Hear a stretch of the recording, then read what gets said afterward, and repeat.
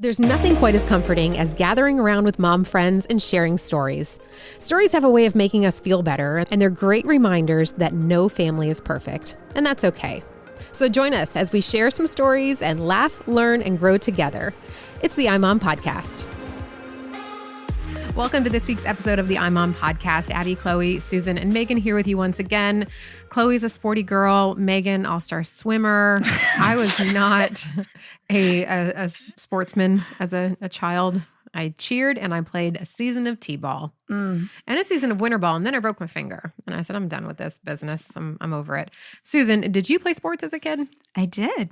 What did you play? Cheering, softball, and I danced. Nice. Oh, all right. So in this episode, we're going to talk about what to do if your kid's coach is harsh or a bully or just a bad situation. So Susan, can you share your story? Yeah. So none of my boys became all-star athletes. So just know that right off the bat. But they were good when they were young, and they liked to play everything. And they were young, and we were playing everything. And then one of my boys was asked to be part of an AAU baseball team. And his best friend was doing it too. And so the parents talked, and we said, okay, they're a little young, but they've been invited. Let's do it. And they had each other, which was great. So they got on this team, and it was a winning team. And I think that's why they were picked, because they wanted to keep winning. And my son and his friend were good, but the coach was harsh, and he was most harsh to his own son, who was the pitcher. And if you could see me, like, my husband would have to pull me back, because he would start yelling. And at this age, he's like 10. My son's like 10. They're sitting in the dugout watching the coach yell, and really, it was bad. I would end up with my fingers curled around the fence, staring the coach down, in empathy for his son, but also watching my son just kind of shrink. Yeah. Because, baseball, they go up to bat and you're kind of by yourself. Well, the coach's son was always up there by himself pitching, but you watch the other kids just really afraid to go out there and perform then, for fear that they would get yelled at by the other coach. And we made the decision that my husband tried talking to the coach, but this was not where we were going. And we wanted kids to play for fun. Yeah. As long as they could before it got really competitive. And so we pulled them. Yeah. As I was prepping for this episode, I feel like it can be so black and white like that. But then there's really a lot of gray and a lot of what do we do? When's the right time to pull them? What's the right reason to pull them? And it's just, I think for a lot of people, it can be a lot more complicated and it probably was not an easy choice for you. It was just now in hindsight, now that he's not a professional baseball player, you're like, well, yeah, of course we weren't going to put up with that. But that's kind of what I'm going to talk about today. How do you know when to pull the child? How do you know if it is problematic behavior on behalf of the coach? I did look up, there's certain signs of abusive coaching. One of them is your coach criticizes you as a person. So talking to the coach criticizes the child as a person. In other words, what's wrong with you? The coach creates a sense of instability. It's an attempt to manipulate and get control over the athlete. So you let one team member go and get a sip of water and the other one's not allowed to. And then the third one is that the coach pushes the child through injuries. Chloe, I had all three of those. I've had all three of those. Yeah, okay. I had a coach. My grandma had a stroke over Christmas, and I wanted to go see her. I had to miss a tournament. He said if I missed, I would be, essentially kicked off the team. He said, you need to come. He benched me the entire weekend. Mentally just messed you with came? you. I went to the tournament, and he benched me the entire weekend. Why? Because he was a psycho. But you missed you didn't go see your grandmother. How dare she even ask? Yeah. So I'm going to bench you. That's manipulation and control. Yeah. And then I had, I had a lot of really good coaches. I just had some I had 5 coaches in my 4 years of college soccer. I just had a lot of weird stuff. Turnover. Yeah, turnover. I had a coach actually get fired she lost her temper, and I was hurt and I wanted to come off the field. She wouldn't let me come off the field. And then I said, I don't care. And I took a knee and I stopped the game because I was hurt. And when I came out the field, she grabbed me by my wrists and pulled me into her face and started screaming at me. I'd never been talked to like by an adult that way. I just went behind the bench and started sobbing. It was horrible. And then, I mean, this is a long story, but that Monday, I ended up talking to her. I organized a meeting with her and I said, don't ever talk to me like that again. And I was like, I'm not going to report that. But like, I had my teammates' parents checking in on me. Like, it was really crazy. And then I actually ended up getting called into the athletic director's office, and I was part of this investigation. She got fired. What do you think leads an adult to do that to a child? Like, nobody goes into coaching thinking like Susan, your situation, or this that you just described, Chloe. Like, is it that they lose? Is it ego? Is it a lack of awareness that this isn't okay and people are watching me and this is a child? Well, we just had an episode about yelling at your kids. Yeah. These are clearly people that must yell at their kids. Yeah, they there's probably a lot of reasons. They see it as motivational, or they care too much about winning and they don't care who they're running over to their get jobs on the line. Yeah. If there's pressure. Yeah. I think competitiveness, these are competitors themselves. They've gone into a career of competition. Yeah. They didn't listen to our podcast about yelling. They didn't listen to our podcast about laughing when you want to cry. So what do you do? Like, another situation, one side is that the parent sees what the coach is doing and has to figure out whether to pull the child or not. The other side of it is that maybe the parent doesn't see what's happening and the child is wrestling with saying something or staying quiet. You know, like there's two different scenarios going on. So let's talk about the first one first, where the parent does see it. How do you create an environment where your child knows that you can tell me what's going on. I won't be disappointed. Because I think that sometimes the child thinks, am I going to let mom and dad down? I think the first thing you have to do is start when they're young. You have to go to their practices. You have to watch, how are they responding to that? In the situation I shared about, he was 10, and it is not appropriate for an adult to yell in front of you the words he was using. It was totally inappropriate. When a child gets older, like when my kids played high school sports, then it's a conversation. Are you handling it? Are you still having fun? Are you taking it personally? Is it ruining your self-esteem? Are you a better player, or is it hindering your playing? You know, then you have to involve them in the decision. Different kids handle things differently. But it starts when they're young so that they know, hey, we're at your practice. We see what's happening.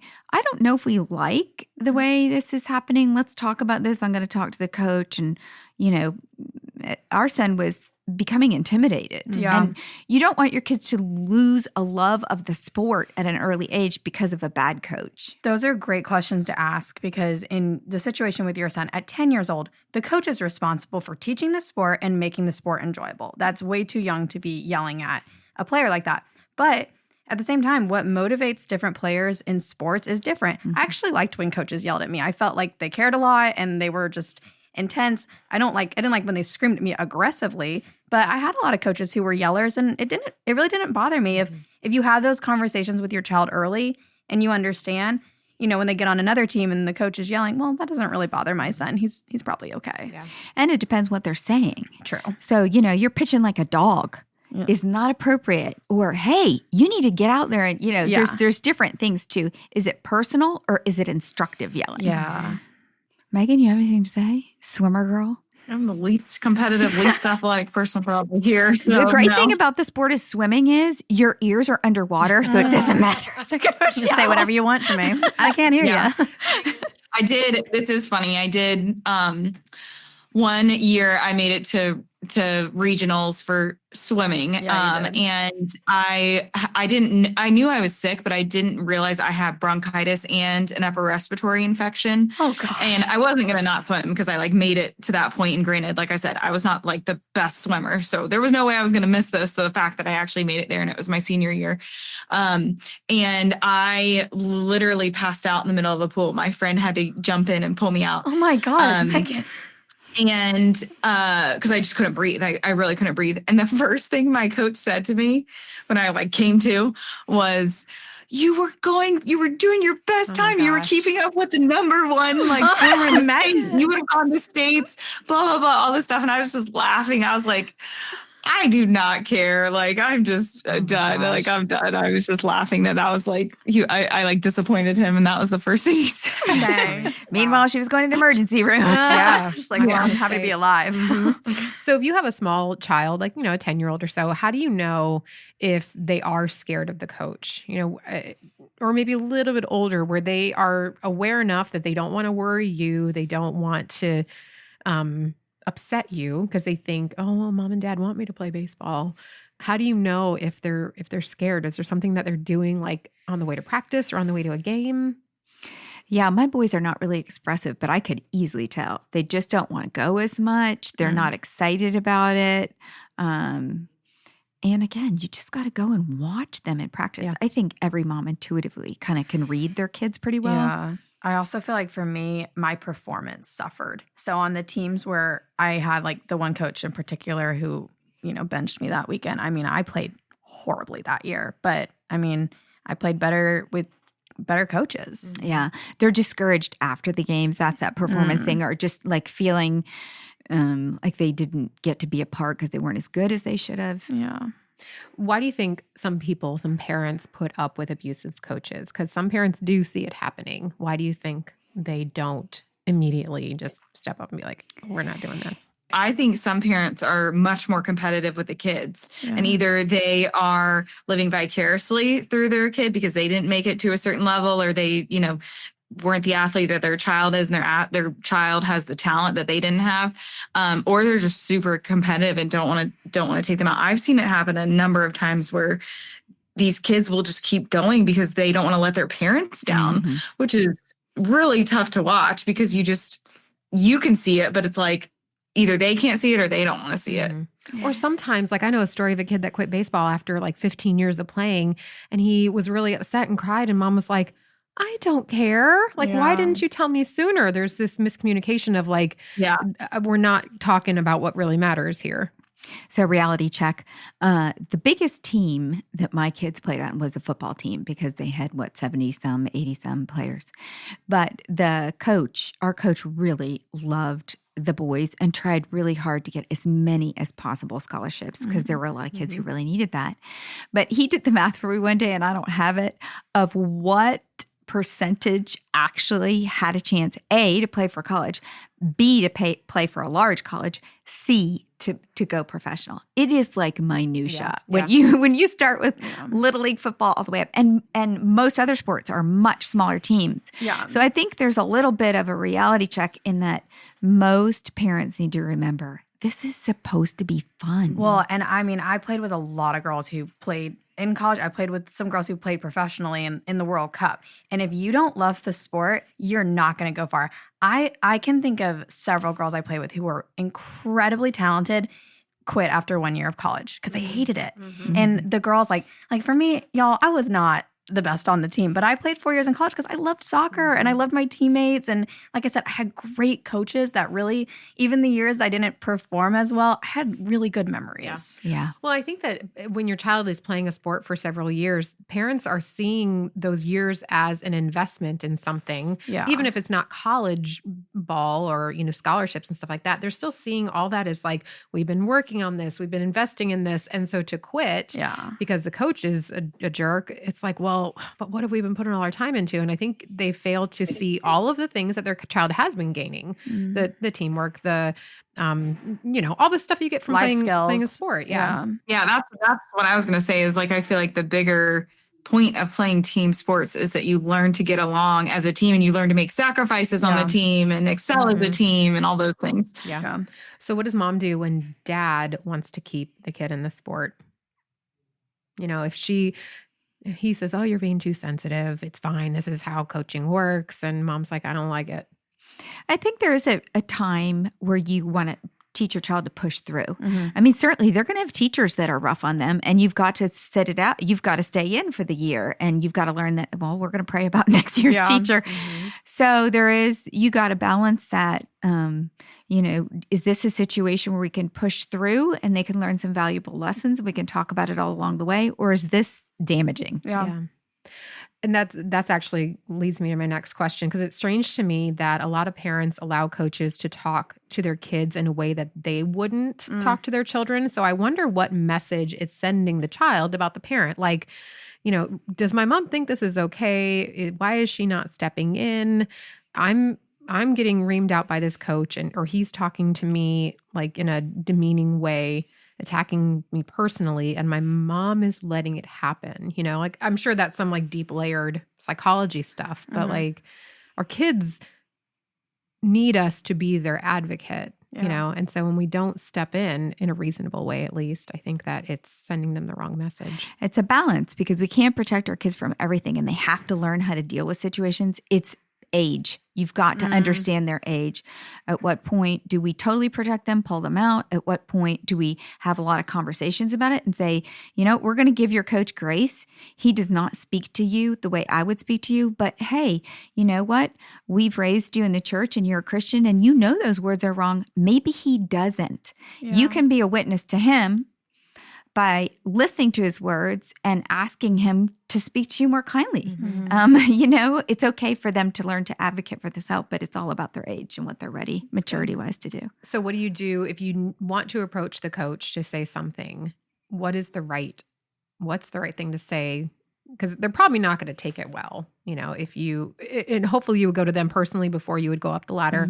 So like, what do you say so that they don't then come back and punish your child, by benching your kid? And they will. Yeah. And they will. And that's where, as a parent and a believer, you've got to have your own standard and be willing to do that. I was a team mom for a couple of teams, and I did once say, he's not responding to you because he doesn't respond to that kind of yelling. That coach is not going to change his way. And then, but my son was in high school, and I have to say, this is the way he is. I know it makes you freeze up when he does that. You've got to learn to overcome it, or you have to leave the team and decide this is not going to be. But, his friends were there. He wanted to stay. So it's tough. Yeah. But these are life lessons. I say all the time, sports, especially in the high school years, are great practice for the working world. 100%. When you get out, you don't get to pick your boss all the time. Your boss is not going to adjust their style to you all the time. And so, you kind of learn to deal and collaborate with different kind of personalities. It's tough, but finding your role on the team, finding your role at work. Right. It is, it's invaluable. I think too, the other thing that moms need to be careful of is that we stand on the sidelines and we talk to another mom about the coach, and you think you're like solving the problem, but you're really just venting and gossiping. And so it's like, this is not helping my child at all. It's just making me, it's, whatever that hormone, that thing that you get by gossiping, you're like, I feel good because I'm connecting with this person over gossip. This is not helping the child. So I think that it's fine to find out if another parent is having the same concerns as you, because there's power in numbers. But and there is this kind of, when they're younger and they play the sport, you as moms, everybody gets a trophy. We want every coach should be nice. But you find out it doesn't last very long. You get up into the high school or the AAU teams and stuff, and that's not going to happen. And it's not going to happen in the world either. So there is this transition from little child, love the sport, to, older years, this is getting serious and you've got to be able to handle different things. And we can't, as moms, control that, nor should we, because it's not real world. Yeah. Well, I think the big picture, to wrap up, is that most of our kids, like you said, Susan, are not making to the collegiate level, much less professional. So we should be looking for them to participate in an activity where the adult in charge is a partner with us in building them up and growing their character and helping them grow, even if it is through like a difficult moment, a difficult relationship, that this is all a growing experience. And so, I think zooming out and looking at the sport in that way can give you a little bit of perspective. And I do think that our All Pro Dad chapters, having the dads in the schools with the kids is a great way to have other men of good character and learning about character together. I just think it's a good opportunity for kids to learn that stuff and off the field. And those chapters now go into middle school and high school even. And it really is, moms can talk to coaches. Absolutely. Moms can be involved in sports, but it helps when, and we've had to do this, when both of you go in and say, look, here's the situation that from our observation. We want to hear what you're thinking of as a coach because we're trying to make a decision of what's best for our child. Yeah. Look for this episode's post on Instagram. We would love for you to chime in and tell us some of your experiences that you've had with coaches. And thank you for listening. Thanks for listening to the iMOM podcast. iMOM is the motherhood program of the nonprofit organization Family First. Along with our fatherhood program, All Pro Dad, we exist to help you love your family well. Subscribe to our daily email, the iMOM Minute, by going to imom.com/subscribe and get tons of great ideas, insight, and inspiration. The iMOM podcast is hosted by me, Abby Watts, along with Susan Merrill, Megan Tigner, and Chloe Blumenthal.